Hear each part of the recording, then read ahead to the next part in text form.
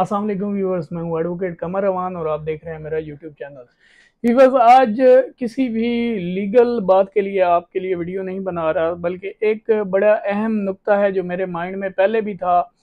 जैसा कि आपको पता है कि आज से कुछ अर्सा कबल एक बहावलपुर यूनिवर्सिटी में एक वाकया पेश आया जिसमें एक दरिंदा सिफ्त इंसान, जिसने इंसान भी कहलाने के वो काबिल तो नहीं है, उसने अपने नाम के साथ बहुत से जो हैं वो अलकाबात लगा रखे हैं। सैयद भी है, मेजर भी है, रिटायर्ड मेजर है। तो बात यह है कि वो आप सारों के इल्म में, मैं उसमें अब आपका ज़्यादा टाइम ज़ाया नहीं करना चाहता। जो भी उसके जो कानूनी लाएअमल है, कानूनी नुक्ता नज़र से भी काफ़ी सारे वकला हज़रात ने आपको आगाह किया है, और जो वो सारा तमाम तर वकूआ हुआ है, बेसिकली वो ये है कि हमारी जो बहनें बेटियां यूनिवर्सिटीज़ में तालीम हासिल करने जाती हैं, उनमें उनसे 5500 जो लड़कियां हैं उनकी जो वीडियोस हैं, नाजेबा वीडियोस, उससे वो बरामद हुई हैं। 5500 की तादाद सोचते हुए भी एक बार जो है वो आपका जिस्म कांप जाता है। खैर, अब उसके बाद मैं उस पर भी बात नहीं करना चाहता था। उसके अलावा जो आज एक एफआईआर डेरा गाजी खान यूनिवर्सिटी की वो लॉन्च की गई है, और उसमें भी जो है कुछ इस किस्म का ही, इसी तरह से मिलता जुलता जो वकूआ है वो बयान किया गया है। मैं एफआईआर नहीं पढ़ना चाहता क्योंकि उसमें उनके नाम है, मैं साथ अटैच कर दूंगा, आप पढ़ लीजिएगा। और मुख्तसरन जो वकूआ है और उसके बाद जो मैं बात आपको समझाना चाहता हूँ, मैं डायरेक्ट उसी बात पे जाने की कोशिश करता हूँ। बेसिकली अब यहाँ पे हुआ क्या है, और ये सिर्फ इन दो यूनिवर्सिटीज़ का वाकया नहीं है। अब हम भी यूनिवर्सिटी से पढ़ के आए हैं, काफ़ी सारी ऐसी बातें हैं जो मैं यहाँ पे नहीं करना चाहता। उसकी वजह सिर्फ और सिर्फ ये है कि हमारी जो माहौल है हमारे सोसाइटी का, वो वैसे ही बहुत ज़्यादा टेंस है। हमारी बेटियाँ जो बहनें हैं उन्हें मुश्किल जो है वो इजाज़त मिलती है यूनिवर्सिटी में जाके तालीम हासिल करने की।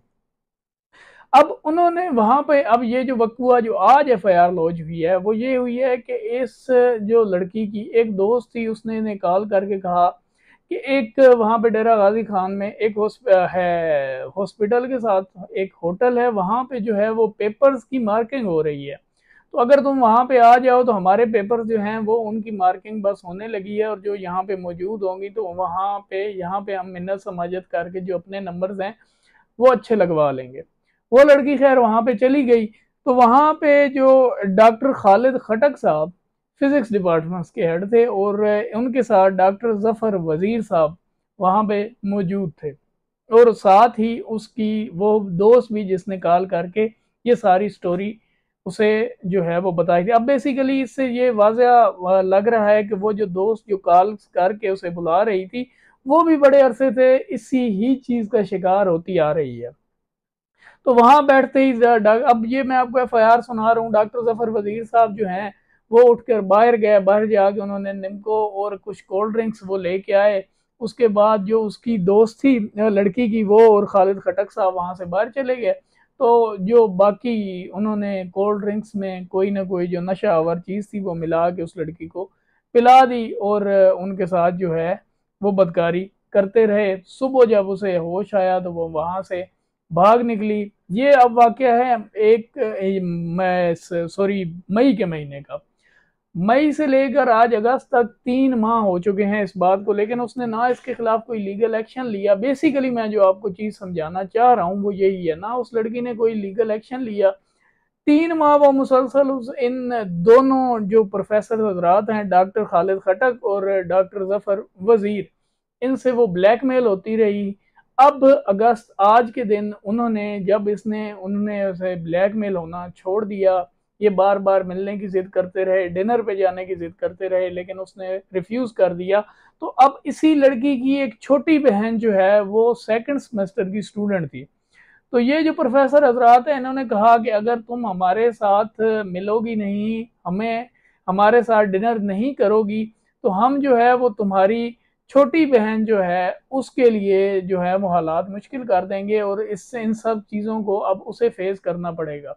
इसके बाद इस लड़की ने बैठ के अपने, जब ये अब एफआईआर के ये अल्फाज हैं और यही चीज़ मैं आपको समझाना चाह रहा हूँ, इस लड़की ने कहा कि मैं अब तक अपने ख़ानदान की इज्जत की वजह से चुप थी, तो अब जो है मैं अपनी छोटी बहन को भी इस चीज़ का शिकार होने नहीं दे सकती। मैंने सारा कुछ जाके अपने वालिद साहब को बता दिया, और मेरी दोस्त और ये दोनों प्रोफेसर इस सारी प्लानिंग में जो हैं वो शामिल हैं और मुझे इंसाफ दिलाया जाए। अब यहाँ पे जो मेन चीज़ है, अब बेसिकली होता ये है कि जब भी कोई मिडिल क्लास घर की बच्चियाँ जो जब वो यूनिवर्सिटी लेवल तक आती हैं, तो सबसे पहली तो बात है उन्हें घर से इजाज़त ही नहीं दी जाती कि वो यूनिवर्सिटीज़ में जाके तालीम हासिल करें। बमुश्किल वो बेचारी जो है वो रो धो कर घर वालों को मनाने में कामयाब होती है।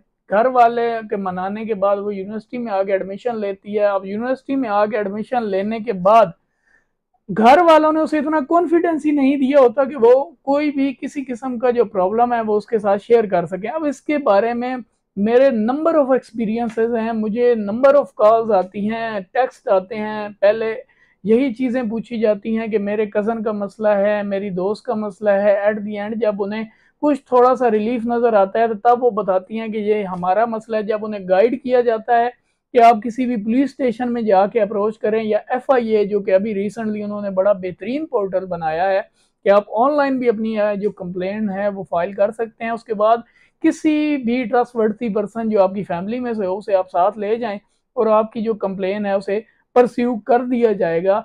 और 99% जो स्टूडेंट्स हैं वो यहाँ पे आके पीछे हट जाते हैं कि हमारी फैमिली में ऐसा कोई भी बंदा नहीं है जिससे हम ये बात शेयर कर सकें। और साल 2 साल 5 साल वो इसी चीज़ का शिकार होती रहती हैं। सिर्फ किसकी वजह से? इसमें गलती किसी की भी नहीं होती, सिर्फ उन वालदैन की गलती होती है जिन्होंने उस अपनी औलाद को इतना एक जो है वो कंफर्टेबल ही नहीं किया कि वो चाहे बाहर जिस किस्म का जुल्म बर्दाश्त करती रहे। क्योंकि लाजमी सी बात है, वो कहते हैं कि हम जब भी किसी से भी डिस्कस करेंगे, चाहे इसका वे आउट कोई निकले ना निकले, हल निकले ना निकले, दूसरे दिन से सबसे पहली बात ही यही होगी कि तुमने यूनिवर्सिटी नहीं जाना। और इसी वजह से ये तादाद जो है वो 5500 तक पहुंच चुकी है। आप इमेजिन करें, एक बहुत ही शॉकिंग बात जो हम कल भी डिस्कस कर रहे थे, जो ये एक कानूनी लीगल पॉइंट भी है, जो मेरे वकील हजरात हैं वो भी इस चीज को है वो बखूबी जानते हैं। और कल यही कौम बैठ के जुडिशरी पे तनकीद करेगी कि आज 5500 वीडियो सामने आने के बावजूद भी उन 5500 लड़कियों में से कोई एक भी लड़की कंप्लेनर बनने को तैयार नहीं है। क्यों?